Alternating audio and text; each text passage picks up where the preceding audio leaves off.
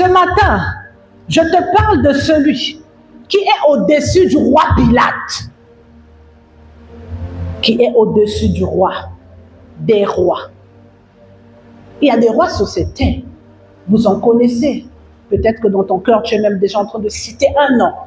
Je t'informe que Jésus est au-dessus de ce roi dont tu as entendu parler. La Bible nous parle de Jésus en nous disant que Jésus, lorsqu'il était sur terre, il a posé des actes. Lui-même, il a dit à Pilate, je suis né, je suis venu sur terre, mais avec un but. Jésus est venu sur terre pour faire quelque chose, pour une mission. Avant qu'on parle de la mission de Christ, je veux donc te lire un texte de la Bible dans Matthieu chapitre 26, verset 53. La Bible dit, il a parlé d'abord, verset 52, je veux commencer, non, verset 51. Et voici un de ceux qui étaient avec Jésus, et tendit la main et tira son épée. Il frappa le serviteur du souverain sacrificateur et lui en porta l'oreille. Alors Jésus dit, remets ton épée à ta place, car tous ceux qui prendront l'épée périront par l'épée.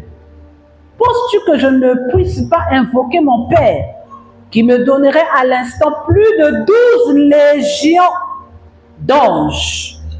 Comment donc s'accompliraient les Écritures d'après lesquelles il doit en être ainsi?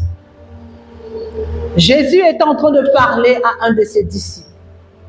Lorsqu'on était venu l'arrêter, quand Judas a trahi le maître, et puis il y a eu des gens qui sont venus pour arrêter le Seigneur, la Bible dit qu'il y a un disciple qui n'a pas accepté qu'on prenne Jésus, qu'on l'arrête comme ça, comme un malfaiteur, comme un mauvais, alors qu'il n'est pas mauvais.